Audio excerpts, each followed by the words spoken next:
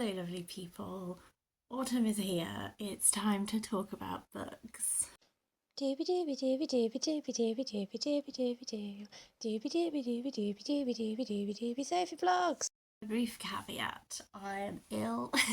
I've caught the office lurgy. I had to cancel all of my plans this weekend. And in consolation, I decided I did a lot of reading, wrapped in a duvet like a slug, but I also thought ahead and I have come up with a little stack of possibilities for the autumn season. This is largely going to be October, November reading because let's face it, September is nearly gone. Let's kick things off. Is it really autumn if I don't read a Silvia Moreno-Garcia? No, is the answer. I want to read The Seventh Veil of Salome. One thing I've been really enjoying about reading Silvia Moreno-Garcia's work is that she clearly has like a real passion for like film and cinema, and that gets incorporated into a lot of her books.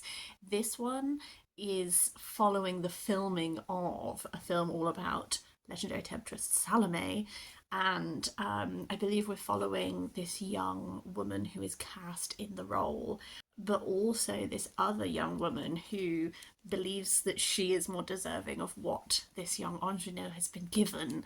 And I'm guessing there's going to maybe get a little bit like obsession sort of thing. I don't know. I just love Silvia Moreno-Garcia's writing, and I really enjoy how different all of her books are. So I'm really looking forward to giving another one a go. A book that I meant to read earlier this year and didn't get round to, and I'm definitely going to fit in to this time, is Thirst by Marina Yuszczuk, which is translated by Heather Clearey. This is also counting towards my Read the World project for Argentina. This is a sapphic vampire book, and I talked about it in June when I did my Pride Month TBR, and then I ran out of time and I didn't get to it. I won't go into too much detail on it because I did already talk about it there, but we are following this vampire in Buenos Aires, and I believe there is lots to do with like motherhood, and then there's like this bond between this like vampire and this other woman whose like mother is ill, and all of this kind of thing. I think it sounds really intriguing. I am definitely going to get to it during spooky season. I guess my other like sort of more Halloween-y kind of reads that I'm hoping to get to in October include in Unspeakable, a queer Gothic anthology edited by Celine Frohn. This was a gift from my lovely friend Mark. This is just an anthology of 19 queer Gothic stories, and I think it's going to be really fabulous to dip my toe into throughout October. I've also been saving Whispering Hollow by Rachel Burge. I beta read the start of this book when Rachel was writing it. This is my second of her books that I've done some beta reading for, and it was delightfully atmospheric. This is like a middle grade that is set in Cornwall that follows this young girl who is staying at her grandfather's with her brother, and there is a being in the woods, and this house has some sort of like presence of kind of like, I guess, like fae, something outside of our usual sphere, and it was a very fun, atmospheric middle grade. As you can see, the cover, it's like so made for reading in autumn. What I beta read of this was earlier on, so I think it's gone through a few changes and I never got to read the ending, so I'm very excited to finally like find out how this book concludes. And another one that just felt really like fitting, I guess, in that kind of vein is Pet by Akwaeke Emezi, which I know we are following this girl Pet, and then she lives in this world where there are like supposed to be no more monsters, but then she like meets a monster. Something about how this is talked about in the way that like meeting this monster it leads this child to believe that there is more evil lurking than expected, that kind of thing. I just think it feels like the kind of like atmospheric-y kind of thing that I'm in the mood for in like October time specifically. I also have 3 mystery books. I love a mystery. I particularly love reading a mystery in autumn. 2 of these are locked room murder mysteries, so I'll talk about those together. The first of, and I think I picked up both of these because of reading The Honjin Murders by Seishu Yokomizo, because the narrator in that book references a lot of other mysteries. There's a very like self-aware sort of thing, and I think one of the books that was referenced is The Hollow Man by John Dickson Carr, because this is a very early on example of a locked room murder mystery. The murderer of Dr. Grimold walked through a locked door, shot his victim and vanished. He killed his second victim in the middle of an empty street with watchers at each end, yet nobody saw him and he left no footprints in the snow. And this was published in the 20s, in the 30s. This was originally published in 1935, so this is like an earlier example of a locked room murder mystery that I'm excited to explore. And then the other one is Murder in the Crooked House by Soji Shamada, which is translated from the Japanese by Louise Kawai, who I've read because she does a lot of Seishi Yokomizo's translating as well. This, I think, was not referenced in the Honjin Murders. But I went away and I researched some other like Japanese, because I like Seishi Yokomizo, but like I don't love him. I find his books interesting, but they're very much of their time. Like there's a lot of sexism in them, there's a lot of all of that kind of thing. And I was interested to find like some other Japanese murder mystery writers that I could explore, and this is the first of Soji Shimada's that I will be trying. It kind of reminds me a bit of Yukitu Ayatsuji, I think I'm thinking of, like the Decagon House murders, the Labyrinth House murders, because those are all set, they all sort of follow this one architect who does these like weird houses, and then like stuff always happens in the houses. Like that's kind of like the through line of the two of those that I've read so far. This one has another weird house in it, so it's a maze of sloping floors and strange staircases full of blood-curdling masks and uncanny dolls, and then a guest is found murdered, and you know, you gotta crack the puzzle. I love murder mysteries as puzzles. I love them as like atmospheric little things where you have to, I never expect to get them right, but I like to put puzzle pieces together and be suspicious and all of that kind of thing. And then I also have an Agatha. This is Murder is Easy. I just love that this cat looks so devious, you know? This is like another classic, like there's a little village, someone is murdered kind of vibe going on. In the quiet country town of Witchwood, where everyone appeared sane, respectable and completely ordinary, Luke found a growing conviction of evil. To prove his theory, he needed another murder. So I don't really need to know what Agatha Christie books are about. I just kind of like, she's my most read author. I just try them all and see how I get on. So I'm excited for that. Pivot away from like the sort of Halloween-y mystery side of things. I have a couple of things which I just feel a little bit in the mood for. As you know, we were having a soft Moomin summer, trying to keep it going for the rest of this year. So, Moominvalley in November, I'm obviously going to read in November. I think this is one that does not have the actual Mooms in. This is like this, we're following like this group of 3 little creatures who have travelled to Moominvalley to see the Moomins, but when they get there, the Moomins aren't there.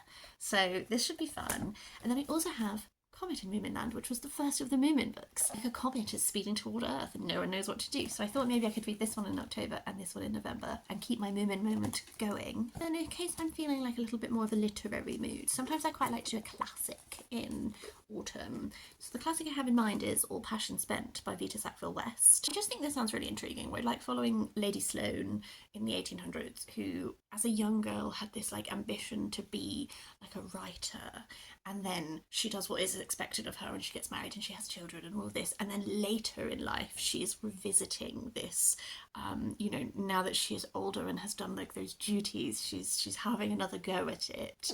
I just think it sounds really interesting, and I know more about Vita Sackville West. I studied excerpts of her work when I did my A-levels, and I've watched film adaptations that focus on her actual life, and I've read her letters with Violet, but I haven't just done like a proper let's just read a Vita Sackville West book, so I'm gonna give it a go. And then I also have been eyeing up The House of Doors by Twan, who I love. The Gift of Rain is my favourite of his, just a stunning book, set during World War II in Malaysia. And we're following the relationship between this young boy and his Japanese Aikido teacher, and it spans a lot of time, and I just think it's stunning. I did not enjoy The Garden of Evening Mist as much, but I did still enjoy it. This is following a man whose name I can never pronounce. Somerset Maugham? I'm sorry, I'm addled. But essentially, it's kind of a little bit like historical fiction-y in that we're following that real man writer, his time in Penang in the 1920s. I don't know, man. I don't really know what it's about, but I like Twan. It has these lovely end papers, which are just stunning. He writes so beautifully. I've really enjoyed his other two, so I really hope to give it a go. Let's end on a little run of non-fic. I often find myself in the mood for non-fiction history in autumn. I have, and also specifically like non-fiction history about women. So the first one is this chunky beast, which is Normal Women by Philippa Gregory. My dad got me this for my birthday very kindly. It's looking back at normal women. It's looking and challenging this idea that like women have never influenced history, and my dad was like, it's gonna make you mad, but I think you're gonna really enjoy reading it, so I'm ready to be furious. And then the other one was also from my dad, actually. This is Blood Sisters, The Women Behind the Wars of the Roses by Sarah Gristwood. And I love a little Wars of the Roses. I'm watching House of the Dragon currently, and you know, dynastic war of succession feels like something I'm going to enjoy. Then reading a non-fiction of, you know, just seems like fun. And then also a little bit of nature writing. I had to set aside Underland by Robert Macfarlane because this cover is just the most autumnal cover ever, isn't it? When I previously read Robert Macfarlane, I didn't love it the way that everyone else loves him, because you know, when you read a lot of nature writing that's from like the perspective of a certain type of man, there were some chapters in it where I felt like there was specifically there was a whole chapter that was to do with these people who have the human remains of a man, and they utilize it in their art and in this kind of thing. And I found it was written about in a way that I just felt was not very respectful of the fact that that is a human man who dedicated his body to science, who you as an artist have ended up utilizing in a way that is going against what his intended wishes were. And I wished that there was a bit more self-awareness of that on Robert Macfarlane's part. And that is something, if you find that type of thing to think about interesting, I would really recommend that you read Mummified by Angela Stien, because that is a book that is talking about specifically Egyptian mummies, but very much having those conversations to do with reminding people that when you are dealing with human remains, you are dealing with a human who once existed and was as real of a person as you are. So just if there were some chapters in whichever book that was that I felt that he as an author had really dropped the ball on. So this is my opportunity to give him another go and give him another chance. Underland, I think, sounds maybe a little bit more my kind of thing, because it's described as an epic exploration of the Earth's underworlds as they exist in myth, literature, memory, and the land itself. Oh, The Old Ways, that was the book I read.